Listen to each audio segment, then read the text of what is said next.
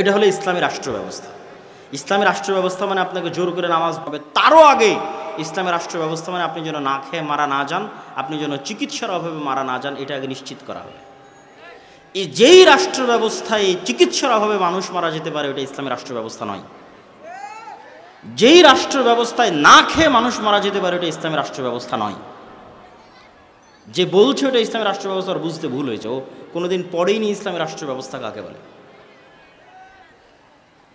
তো এই যে ইসলামী রাষ্ট্র ব্যবস্থার পজিটিভ দিক এগুলো আপনাকে জানতে হবে। এখন জানার সুযোগ, এখন আপনি বুঝবেন, কানেক্ট করতে পারবেন, রিলেট করতে পারবেন যে আমার এবং আপনার সুখ দুঃখের একমাত্র চিন্তা যদি কেউ করে, ওই যে বললাম কৃষকের কথা চিন্তা করবে, রিক্সা চালক ভ্যান চালকের কথা চিন্তা করবে।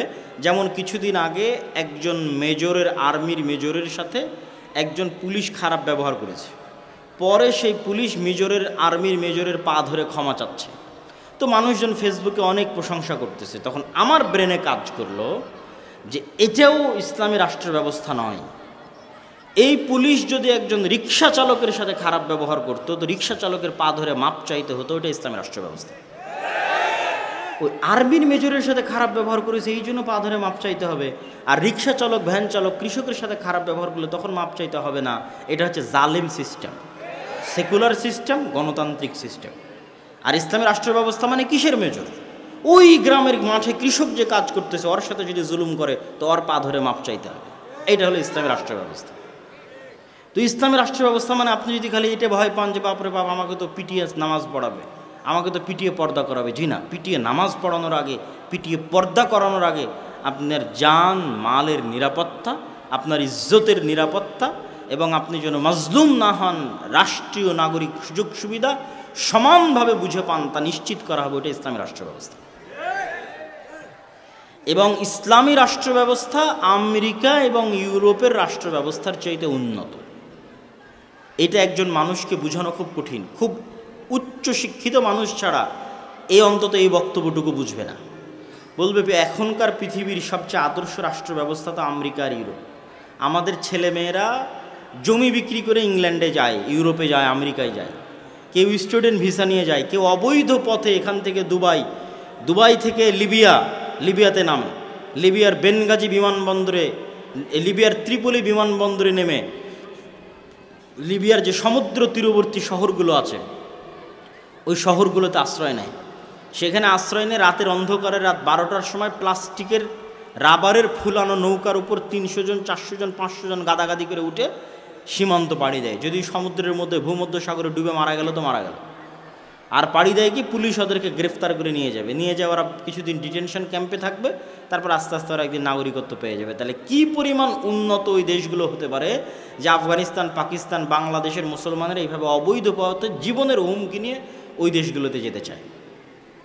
আর আমি বলতেছি যে ইসলাম যদি প্রতিষ্ঠিত হয় রাষ্ট্র ব্যবস্থায়, তাহলে ওই আমেরিকা এবং ওই ইউরোপের চাইতে বেশি উন্নত, বেশি জনবান্ধব এবং বেশি নাগরিক বান্ধব হবে। কেন? এটার উত্তর বলি, বুঝলে বুঝবেন, না বুঝলে যতটুকু বুঝবেন ততটুকু মনে থাকবে।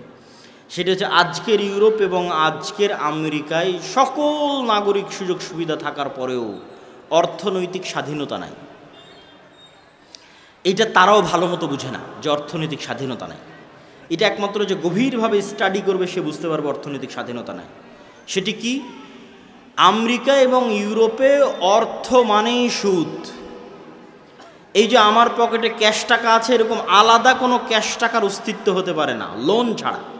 এই আমার পকেটে 1000 টাকা আছে মানে 1000 টাকার বিপরীতে কি আছে? লোন আছে। 1000 টাকার বিপরীতে কি আছে? লোন ছাড়া কোনো ক্যাশ মানির অস্তিত্ব হতে পারে না, অসম্ভব। এইভাবেই ইকোসিস্টেম তৈরি করা হয়েছে ইউরোপে এবং আমেরিকায়, যেখানে কোনো ক্যাশ মানির অস্তিত্ব হবে না লোন ছাড়া। আপনি বাড়িও কিনতে পারবেন না লোন ছাড়া, জমিও কিনতে পারবেন না লোন ছাড়া, ছেলে মেয়েকে পড়াতেও পারবেন না লোন ছাড়া। প্রত্যেকটা ধাপের পিছনে লোন আছে। এবং এই লোনের সবচেয়ে বড় ভয়ঙ্কর ফাঁদ হচ্ছে ক্রেডিট কার্ড। এখনও বাংলাদেশে বহু ব্যাংক ক্রেডিট কার্ড চালু করেছে, অসংখ্য মানুষ ক্রেডিট কার্ড ইউজ করতেছে। ক্রেডিট কার্ড মানে আপনার অ্যাকাউন্টে টাকা নাই, তবু আপনাকে বলতেছে তুমি খরচ করো, পরে তোমার বেতন থেকে কেটে নেব। কি ভয়ঙ্কর লোনের ফাঁদ। টাকা নাই, তোমার চিন্তা নাই, তুমি খরচ করো, আমি আছি তো। 1 টাকাও নাই, তারপর আপনাকে বলা হচ্ছে আপনি খরচ করেন। আপনি যখন বেতন পাবেন তখন সেখান থেকে কাটা। তো যে যত বেশি ক্রেডিট কার্ডের ইউজার হবে ও অত বড় অ্যামাউন্ট পাবে। ধরেন আমি 10 বছর থেকে ক্রেডিট কার্ড ব্যবহার করতেছি, তাহলে এখন একটা টাকা ছাড়াও আমি অন্তত 3 কোটি টাকার বাজার করে ফেলতে পারি, ব্যাংক কিচ্ছু বলবে না, যেহেতু আমি 10 বছর থেকে আর ক্রেডিট কার্ড ইউজ করতেছি। তো আমেরিকাতে যখন আপনি একটা বাসা ভাড়া নিতে যাবেন, তখন আপনি যদি 20-30 বছর থেকে ক্রেডিট কার্ডের ইউজার হন, তাহলে আপনার কাছেও সিকিউরিটি মানি চাইবে না। ক্রেডিট কার্ড আছে তো, বলে হ্যাঁ আছে, সিকিউরিটি মানি লাগবে না, যাও। আর আপনি বলবেন যে আমি সুদ থেকে বাঁচতে চাই, অতএব আমি ক্রেডিট কার্ড ব্যবহার করব না, অগ্রিম লোন নিব না, তাহলে যে বাসা ভাড়া নিতে যাবেন ওই বাসার মালিক বলবে সিকিউরিটি মানি দাও। তো যত সিকিউরিটি মানি চাইবে অত সিকিউরিটি মানিতে আপনি 10 বছরও চাকরি করে ইনকাম করতে পারবেন না। তখন ঠিক আছে আমি ক্রেডিট কার্ড ইউজ করতেছি, তাহলে আপনি সুদে জড়িত হয়ে গেলেন। সুদ ছাড়া 1 টাকা ক্যাশ মানি আপনার পকেটে আসতে পারে এরকম কোনো রাস্তা নেই। এটাই হচ্ছে অর্থনৈতিক দাসত্ব। আপনার অর্থনৈতিক স্বাধীনতা যতক্ষণ না থাকবে আপনি স্বাধীন মানুষ নন, আপনার আভ্যন্তরীণ স্বাধীনতা আসবে না। এই জন্য ইসলাম হচ্ছে ঋণ বিমুখ। আজকে বক্তব্যের এই অংশে মা এবং বোনদের এই অংশটুকু একটু দৃষ্টি আকর্ষণ করি। ইসলামী অর্থনীতির মূলনীতি হচ্ছে ঋণ বিমুখ, অল্পে তুষ্ট। ঋণ বিমুখ, অল্পে তুষ্ট। ঋণ বিমুখ, অল্পে তুষ্ট মানে কি? মানে হচ্ছে আল্লাহ কিন্তু কর্জে হাসানার কথা বলেছে, কত বড় করে বলেছে দেখেন, অমাই ইউকরিদুল্লাহ করজান হাসানা, যে ব্যক্তি কর্জে হাসানা দিল সে আল্লাহকে কর্জে হাসানা দিল, বলেন আল্লাহু আকবার। কিন্তু আপনি লোন নেওয়ার যত হাদিস আছে আল্লাহর নবীর সব হাদিস পড়েন, কর্জে হাসানা তখনই নিতে পারবেন যখন আপনি চিকিৎসার অভাবে মরে যাচ্ছেন। তখন আপনি এসি নেওয়ার জন্য কর্জে হাসানা নেবেন, এর কোনো অস্তিত্ব ইসলামের 500,000 কিলোমিটারের মধ্যে নাই। আপনি ফ্রিজ নেওয়ার জন্য কর্জে হাসানা নেবেন, ফ্রিজ কেনার জন্য, এর অস্তিত্ব ইসলামের কয়েক লক্ষ কিলোমিটারের মধ্যে নাই। মরে যাচ্ছি, খেতে পাই না ভাই, চিকিৎসার অভাবে অপারেশনের দরকার, কর্জে হাসানা দাও। তখন যে কর্জে হাসানা দিবে ও কাকে কর্জ দিল? আল্লাহকে কর্জ দিল। মেয়ের বিবাহ দিতে পারতেছি না, টাকার অভাব, খুব সমস্যা, কর্জে হাসানা দাও। কিন্তু আপনি বলবেন যে আমার বাড়িটা মাটির তৈরি, আমি আজকে এখানে ইটের বাড়ি বানাবো, আমাকে কর্জে হাসানা দাও, এর অস্তিত্ব ইসলামের কয়েক লক্ষ কিলোমিটারের মধ্যে নাই। মানে বিলাসিতার জন্য মানুষ কর্জ নিবে, এর কোনো অস্তিত্ব ইসলামে নাই। মা এবং বোনদেরকে লক্ষ্য করে বলতেছি যে বিলাসিতার জন্য কর্জ নিবে, একটা সোফা কেনার জন্য কর্জ নিবে, একটা খাট কেনার জন্য কর্জ নিবে, মাঝেতে সব বিছিয়ে থাকে এখন খাট কিনবে, তো খাট কেনার জন্য কর্জে হাসানা নিবে, আর অস্তিত্ব ইসলামে নাই। সুদের উপর নেওয়া তো বহু দূরের কথা, আমি কর্জে হাসানার কথা বলেছি, কথা বুঝতে হবে আপনার। সুদের উপর নেওয়া তো বহু দূরের কথা। আপনি শপে শুয়ে থাকেন, এখন খাট কিনবেন, খাট কেনার জন্য সুদের উপর নয় কর্জে হাসানা চাইবেন, আর অস্তিত্ব ইসলামে নেই। এতটা ঋণ বিমুখতা ইসলাম পছন্দ করে। কেন পছন্দ করে? কর্জ মানেই হচ্ছে আপনার আত্মসম্মান নষ্ট হওয়া। আজ আপনি কর্জ করবেন, কাল পাওনাদার যখন আসবে আপনি মিথ্যা বলবেন, তারপরের দিন পাওনাদারের টাকা পরিশোধ করার জন্য অন্যায় করবেন, চুরি করবেন, তারপরের দিন আপনার ছেলেকে মিথ্যা বলানো শিখাবেন, তারপরের দিন পুরো পরিবার মিথ্যুক হয়ে যাবে। তো যে মুখে মিথ্যা বলে, যে করে দুর্নীতি, যে মিথ্যার আশ্রয় নেয়, ওর সেলফ রেসপেক্ট বলে কিছু আছে, আত্মসম্মান বলে কিছু আছে, ও ক্ষমা চায় জান্নাতে যেতে পারে, কিন্তু কোশ্চিনকালেও জাতির নেতৃত্ব দিতে পারবে না। ওর ভাগ্যে গোলামি, ওর 14 গোষ্ঠীর ভাগ্যে গোলামি। এই জন্য ইসলাম চায় না যে মানুষ লোন নিক, কর্জে হাসানা নিক। কেন? ও স্বাধীন থাক, ওর অভ্যন্তরীণ সেলফ রেসপেক্ট বাকি থাক, ওর পরিবারের আত্মমর্যাদা, আত্মসম্মান বাকি থাক, মরুক মাথা উঁচু করে। এইটা হচ্ছে ইসলামের চাপ। তো আপনি লোনের উপর, সুদের উপর বিলাসী পণ্য নেবেন, মোটর সাইকেল নেবেন, এসি নেবেন, ফ্রিজ নেবেন, বহু দূরের কথা। ইসলাম এসি, ফ্রিজ, মোটর সাইকেলের মতো বিলাসী পণ্য কর্জে হাসানার ভিত্তিতে নিবে, এর অস্তিত্ব ইসলামে নাই। তাহলে এবার কল্পনা করেন যে আমেরিকা এবং ইউরোপের সমাজ ব্যবস্থা কতটা ইসলাম বিরোধী সমাজ ব্যবস্থা, আর ওখানকার মানুষ বাহ্যিকভাবে মনে করছে যে হ্যাঁ আমি স্বাধীন, কিন্তু ওর স্বাধীনতার একটা লিমিটেশন আছে, একটা এরিয়া আছে, ওইটা কোশ্চিন কালো ক্রস করতে পারবে না, কেননা ও লোনগ্রস্ত, ঋণগ্রস্ত। প্রত্যেকটা মানুষ ঋণগ্রস্ত। আমি তো এখনই দেখালাম আপনাকে যে ও লোন ছাড়া চলতে পারবে না, ও বাধ্য লোন নিতে। প্রত্যেকটা মানুষ ঋণগ্রস্ত। তো ঋণগ্রস্ত মানুষ কখনো স্বাধীন? অসম্ভব, স্বাধীন না। ফলত ওর স্বাধীনতার একটা লিমিটেশন আছে, এরিয়া আছে। ওর বাইরে গিয়েও বলতে পারবে না, ওর বাইরে গিয়েও সত্য বলতে পারবে না, ওর বাইরে গিয়েও ইসলামের কথা উচ্চারণ করতে পারবে না। করলে ওখানে গলা টিপে ধরা হবে অর্থনীতিতে। বাকি সব জায়গায় স্বাধীন, গলা টিপা হবে কোথায়? অর্থনীতিতে। সম্মানিত উপস্থিতি, তো আমরা আলোচনা করছিলাম, আমরা ইসলামকে সামগ্রিকভাবে বিজয়ী দেখতে চাই। বিজয়ী দেখতে চাইলে কি করতে হবে? বিজয় দেখতে চাইলে এই যে সিস্টেম, এই সিস্টেমের পরিবর্তন লাগবে। আপনি এই সিস্টেমের মধ্যে থেকেই বলবেন ভোটের মাধ্যমে ইসলাম ক্ষমতায় যাবে, এটা হয় না, এটা অসম্ভব। এবং গত 100 বছরেও হয়নি, ভবিষ্যতেও হবে না। কেননা ইসলাম ক্ষমতায় যেতে চাই পূর্ণ পাওয়ারের সাথে, পূর্ণ ক্ষমতার সাথে। যে আয়াত আজকের বক্তব্যের শুরুতে তেলাওয়াত করেছি, রাসূলুল্লাহ সাল্লাল্লাহু আলাইহি ওয়াসাল্লাম যখন মক্কায়, যখন আল্লাহর নবী মাজলুম, আল্লাহর নবীর সাহাবীরা মাজলুম, যখন সাহায্য করার কেউ নাই, তখন আবু জাহাল আল্লাহর নবীকে প্রস্তাব দিচ্ছে। কতটা লোভনীয় প্রস্তাব দেখেন, লাকুম দীনুকুম ওয়ালিয়া দীন। তখন আবু জাহাল আল্লাহর নবীকে প্রস্তাব দিচ্ছে, চলো 1 বছর তোমার আল্লাহর ইবাদত হবে, আর 1 বছর আমাদের মূর্তির ইবাদত হবে। তোমার উপর যে জুলুম হচ্ছে, অত্যাচার হচ্ছে, তোমার সাহাবীদের উপর যে জুলুম হচ্ছে, অত্যাচার হচ্ছে, সব বন্ধ হয়ে যাবে। আমরা ঐক্য জোটের মাধ্যমে রাষ্ট্র ক্ষমতা ভাগাভাগি করব। তখন আল্লাহর নবীর কোনো রাস্তা নাই, কিন্তু খুব মাজলুম অবস্থায়, খুব করুণ অবস্থায়। তখন যে কোনো মানুষ এরকম লোভনীয় প্রস্তাব গ্রহণ করে নেবে। কিন্তু আল্লাহর নবী কি বললেন? লাকুম দীনুকুম ওয়ালিয়া দীন, লা আ'বুদু মা তা'বুদুন। সূরা কাফিরুন পড়ে দেখেন, বারবার ঘুরিয়ে ফিরিয়ে বলা হচ্ছে, তোমরা যার ইবাদত করো আমি তার ইবাদত করতে পারবো না। তোমার দিন তুমি পালন করো, আমার দিন আমাকে পালন করতে দাও। এর আড়ালে আর একটা কথা লুকিয়ে আছে, সেটা হচ্ছে এখন তোমার সাথে কোনো কম্প্রোমাইজে যাচ্ছি না। তোমার দিন তুমি পালন করো, আমার দিন আমাকে পালন করতে দাও। আমি মুহাম্মদ যেদিন মক্কার ক্ষমতায় যাব, সেদিন একক পূর্ণাঙ্গ শতভাগ ক্ষমতায় যাব, কারোর সাথে কম্প্রোমাইজ করে নয়।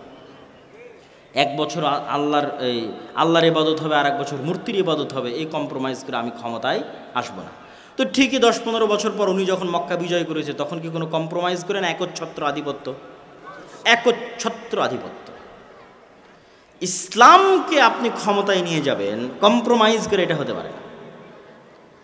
আপনি স্বাভাবিক রাজনৈতিক দল হিসেবে বলতে পারেন যে অমুক রাজনৈতিক দল ভালো, অমুককে ভোট দিলে দেশ ভালো চলবে, এটা ভিন্ন কথা। কিন্তু অমুককে ভোট দিলে ইসলাম ক্ষমতায় যাবে, এটা কাল্পনিক, এটা সুদূর প্রসারী পরিকল্পনা, আকাশ কুসুম কল্পনার সামনে। তাহলে ভাই কিভাবে ইসলাম ক্ষমতায় যাবে? মাসিক আল ইতিসামের নভেম্বরের সম্পাদকীয় লেখা আছে, ইসলামের সামগ্রিক বিজয় যেভাবে সম্ভব। এটাই আজকের বক্তব্যের বিষয়বস্তু। ভূমিকা অনেক লম্বা হয়ে গেল, 4টে পয়েন্ট উল্লেখ করা আছে। এই 4-5টা পয়েন্ট আমি একটা করে পয়েন্ট বলবো, ব্যাখ্যা করব, তারপরে বক্তব্য শেষ করে দেব। আপনাদের ধৈর্যের কামনা করছি, অধৈর্য হবেন না। আমি কখনোই চাই না যে আপনারা অধৈর্য হন বা আপনারা উঠে যান। মনোযোগ দিয়ে বক্তব্যের শেষ পর্যন্ত শুনেন, ইনশাল্লাহ কোনো ক্ষতি হবে না, উপকার হবে ইনশাল্লাহ। তো ইসলামের সামগ্রিক বিজয় কিভাবে সম্ভব? যদি ভোট দিয়ে সম্ভব না হয়, যেটা আপনি বলছেন, মানে আপনার যদি প্রশ্ন আমাকে হয় কিভাবে সম্ভব, 1, ব্যাপক দাওয়াতি কাজ। আপনি বলবেন, আপনাদেরকে জিজ্ঞেস করলেই বলেন দাওয়াতি কাজ, আর কতদিন দাওয়াতি কাজ? তো দাওয়াতি কাজের বিকল্প অতীতেও কোনো দিন ছিল না, আজও নাই, ভবিষ্যতেও হবে না। এখন আল্লাহ যদি কোনো নবী বাংলাদেশে পাঠাতেন, পাঠাবেন না, কেননা শেষ নবী চলে এসেছে, কিন্তু এখন যদি কোনো আল্লাহ নবী পাঠাতেন, তো সেই নবী কি করতো বলেন তো? সবার আগে কি করতো? দাওয়াত দিত। এবং যুগে যুগে যত নবী রাসূল এসেছে, সব নবী রাসূল তার যুগের সবচেয়ে শক্তিশালী শাসকের কাছে দাওয়াত নিয়ে গেছে। ইব্রাহিম আলাইহিস সালাতু ওয়াস সালাম শক্তিশালী শাসক নমরুদের কাছে দাওয়াত নিয়ে গেছে। মুসা আলাইহিস সালাতু ওয়াস সালাম বিশ্বের সবচেয়ে বড় স্বৈর শাসক ফেরাউনের কাছে দাওয়াত নিয়ে গেছে। মুহাম্মদ সাল্লাল্লাহু আলাইহি ওয়াসাল্লাম মক্কার সর্দার, কাফের কুরাইশদের সর্দার আবু জাহাল আবুল আহাবের কাছে দাওয়াত নিয়ে গেছেন। তো নবীদের দাওয়াতে কাজ হতো, আমাদের দাওয়াতে কাজ হয় না কেন? আমাদের দাওয়াতের মধ্যে ইখলাস নাই, আমাদের দাওয়াতের মধ্যে নিঃস্বার্থ ভাব নাই, আমাদের প্রত্যেকের দাওয়াতের মধ্যে স্বার্থ আছে। এটা আমি নিজে দেখেছি, আমরা নিজেরাও করেছি। অতএব অন্যের দোষ দিয়ে লাভ নাই, আমাদেরটা সহ সবারটা বলতেছি। যে গত 16 বছর দু একজন ব্যতিক্রম হতে পারে, সবার উপর হুকুম আরোপ না করে অধিকাংশ বলি, গত 16 বছর অধিকাংশ যত আলেম ওলামা সরকারের কাছে গেছে, সবাই নিজ নিজ কোনো না কোনো স্বার্থে গেছে। কেউ বলেছে আমার মাদ্রাসার এই কাজটা করে দেন, কেউ বলেছে আমার মাদ্রাসায় যেমন এই যে প্রধান অতিথির লিস্টে নাম দিলে আপনি একটু আমার মাদ্রাসায় সহযোগিতা করে দিবেন। আমি তো নির্বাচনের সময় দেখেছি যে প্রত্যেকটা চেয়ারম্যানের কাছে মসজিদ কমিটিগুলো যায় তার মসজিদের এসি চাওয়ার জন্য, অমুক চাওয়ার জন্য, তমুক চাওয়ার জন্য, যে আমার মসজিদে। এবং দেখেছি যে প্রায় 50,000, 30,000, 40,000 করে চেয়ারম্যান এমপিদের বাজেট থাকে এক একটা মসজিদের জন্য। তাহলে ওই মসজিদ কমিটি এমপির কাছে যাচ্ছে কেন? দুনিয়াবি কিছু স্বার্থের জন্য। আমরা গেছি এমপি, মন্ত্রী, সচিব, ডিআইজি পর্যন্ত কেন? আমাদের দুনিয়াবি কোনো স্বার্থ হাসিল করার জন্য।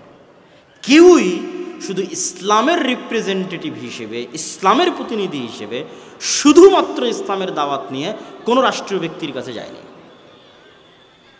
এটা অধিকাংশের কথা বললাম, থাকতে পারে দুই একজন, কিন্তু শুধু ইসলামের দাওয়াত নিয়ে গিয়ে বলবে লা আসআলুকুম আলাইহি আজরা ইন আজরিয়া ইল্লা আলাল্লাযী ফাতারানি। নবীরা বলতো এটা, লা আসআলুকুম আলাইহি আজরা। এই ফেরাউন মুসা আলাইহিস সালাম গিয়েই বলতো, ইব্রাহিম আলাইহিস সালাম গিয়েই বলতো, দাওয়াত দিতে এসেছি, লা আসআলুকুম আলাইহি আজরা। পাল্টা উপঢৌকন ধরায় দিয়ে, পাল্টা হাদিয়া ধরায় দিয়ে, পাল্টা টাকা পয়সা ধরায় দিয়ে আমাকে আমার দাওয়াত বন্ধ করতে বলিও না। আমরা প্রতিদান চাওয়ার জন্য আসিনি, মূল্য চাওয়ার জন্য আসিনি, পাথেও চাওয়ার জন্য আসিনি। দাওয়াত দিতে এসেছি তোমার কল্যাণের জন্য নিঃস্বার্থভাবে। সুলাইমান আলাইহিস সালাম যখন হুদহুদকে দিয়ে চিঠি লিখেছিলেন রানী বিলকিসের কাছে, সাবার রানী, তখন রানী বিলকিস কী করেছিল জানেন?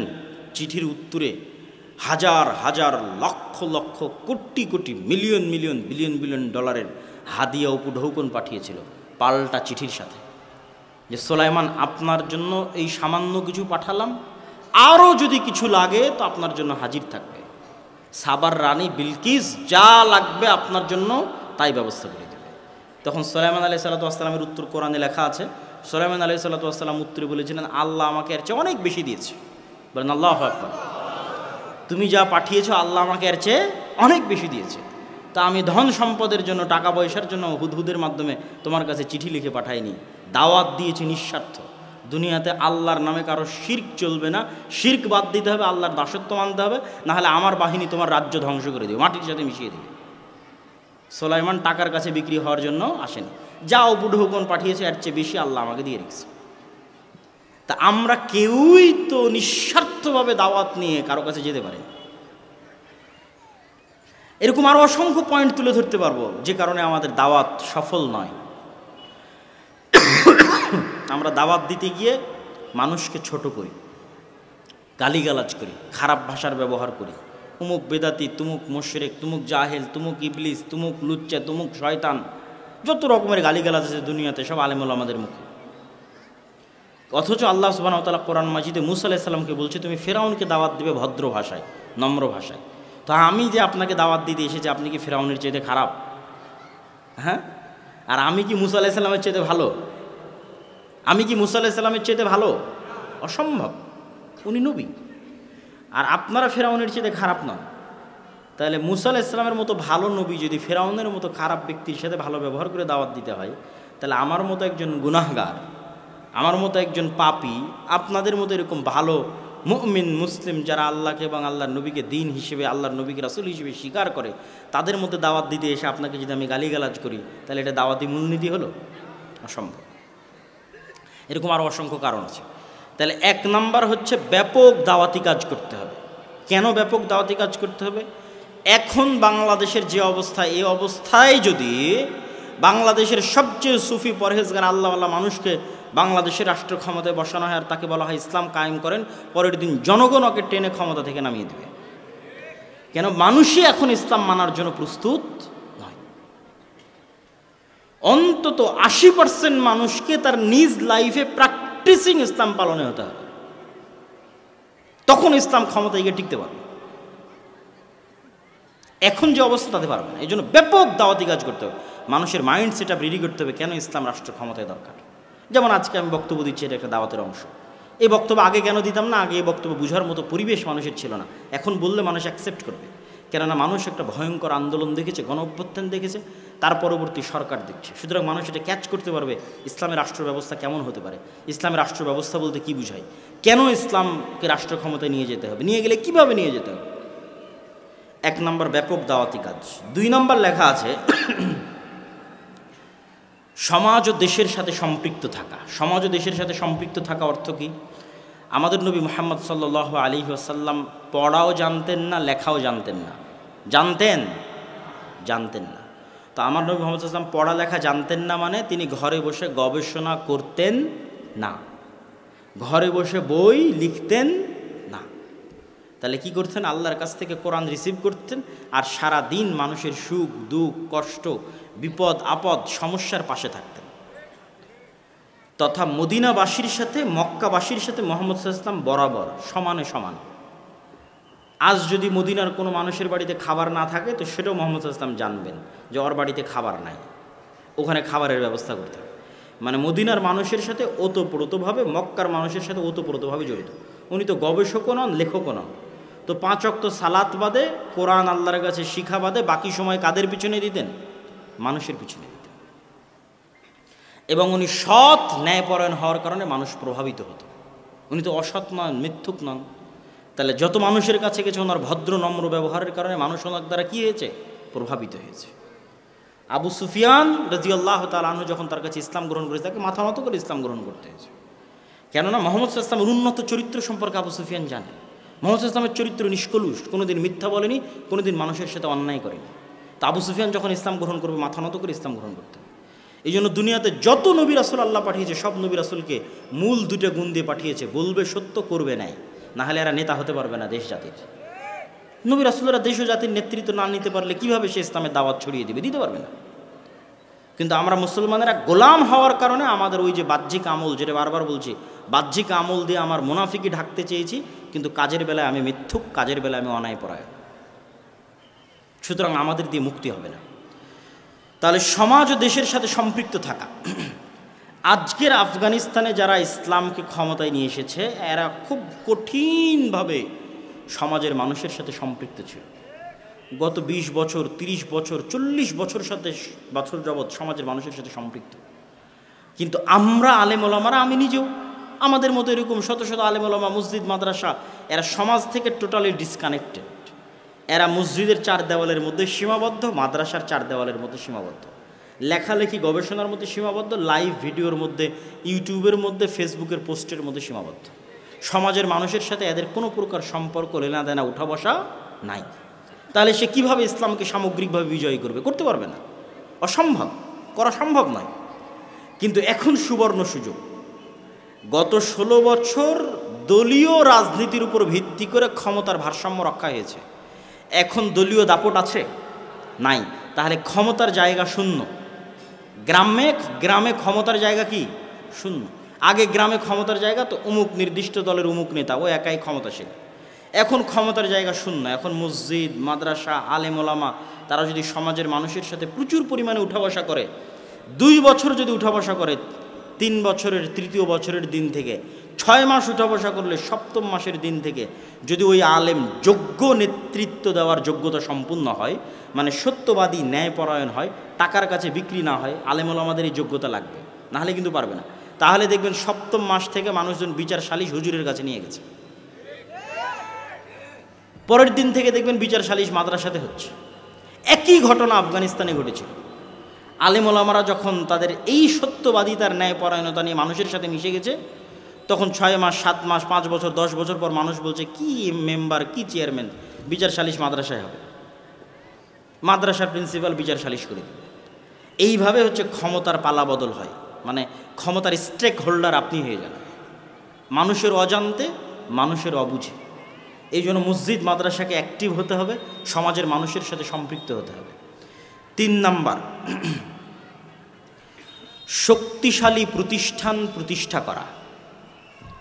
এখন যারা ক্ষমতায় আছে তারা কি ভোটের মাধ্যমে ক্ষমতায় এসেছে? তারা ভোটের মাধ্যমে ক্ষমতায় আসেনি। তাহলে কিভাবে ক্ষমতায় আসলো? যখন একটা নির্ধারিত শক্তিশালী সরকার বিদায় নিয়েছে, তখন ওই দেশে যে শক্তিশালী প্রতিষ্ঠানগুলো আছে অটোমেটিক ওরা ক্ষমতার মালিক হয়ে যায়। আপনি চাইলেও মালিক হবে, না চাইলেও মালিক হবে। যেমন বাংলাদেশের সবচেয়ে শক্তিশালী প্রতিষ্ঠান হচ্ছে সেনাবাহিনী। তো গত 16 বছরও সবচেয়ে শক্তিশালী প্রতিষ্ঠান সেনাবাহিনী, এখনও সবচেয়ে শক্তিশালী প্রতিষ্ঠান সেনাবাহিনী। তাহলে যখন সরকার ক্ষমতায় থাকবে না, তখন অটোমেটিক ক্ষমতা কার কাছে যাবে? সেনাবাহিনীর কাছে যাবে।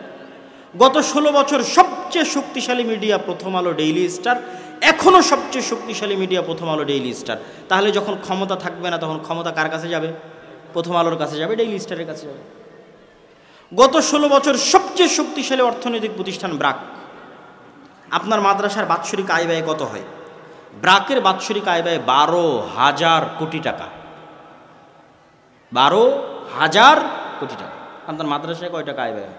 সারা বাংলাদেশের সবগুলো মাদ্রাসা মিলে 12,000 কোটি টাকা হবে না, 100 কোটি টাকাও হবে না। 100 কোটি টাকা হওয়া কঠিন আছে, 1000 কোটি টাকা তো বহু দূরের কথা।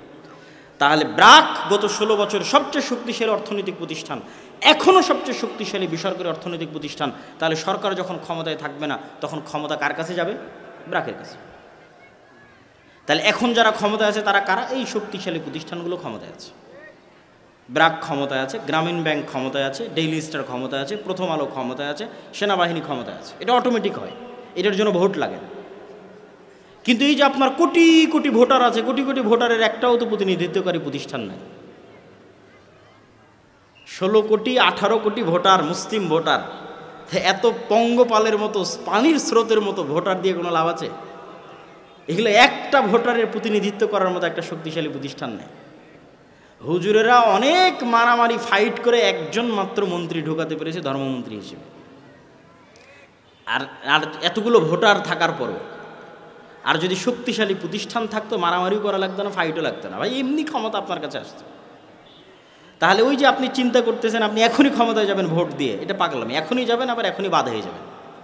মানে এখনই ক্ষমতায় যাবেন, 3 বছর পর আবার আপনি বাদ হয়ে গেছেন। নাই, আপনি 50 বছরের চিন্তা করেন, 100 বছরের চিন্তা করেন।